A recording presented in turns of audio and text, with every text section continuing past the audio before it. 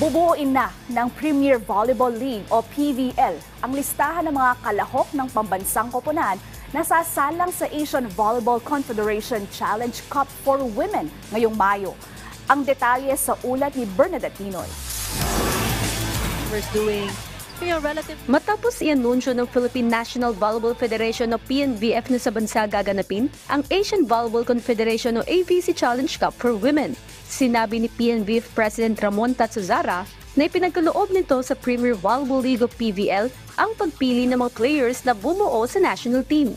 Pangungunahan ni Brazilian tactician coach George Edison de Brito ang pambansang koponan para harapin ang makakatunggali mula sa iba't ibang bansa gaya ng Kazakhstan, Vietnam, Australia, Hong Kong, Iran at marami pang iba.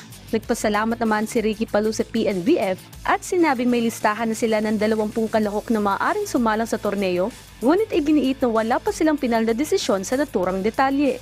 Ilang volleyball stars naman ang inaasahang mapapabilang sa koponan gaya nila Eliza Valdez, Tots Carlos at Cici Rondina. Magsisimula ang AVC Cup ngayong May 22 na tatagal hanggang May 29 sa Rizal Memorial Coliseum. Bernadette Tinoy para sa Pambansang TV sa Bagong Pilipinas.